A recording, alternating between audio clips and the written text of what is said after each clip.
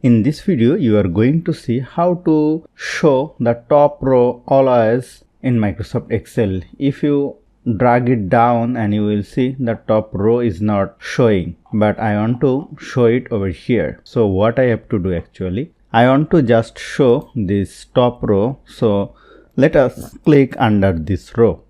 Go to view and go to freeze panes and click on freeze panes. Now if I drag it down, you will see my top row is showing over here. If I want to again uncheck it, go to view, go to freeze panes, click on unfreeze panes, then the top row will be hidden. If I want to show until this one, so let me click on over here, go to view, go to freeze panes, click on freeze panes, then you will see this area are showing, but under the area is going up and down.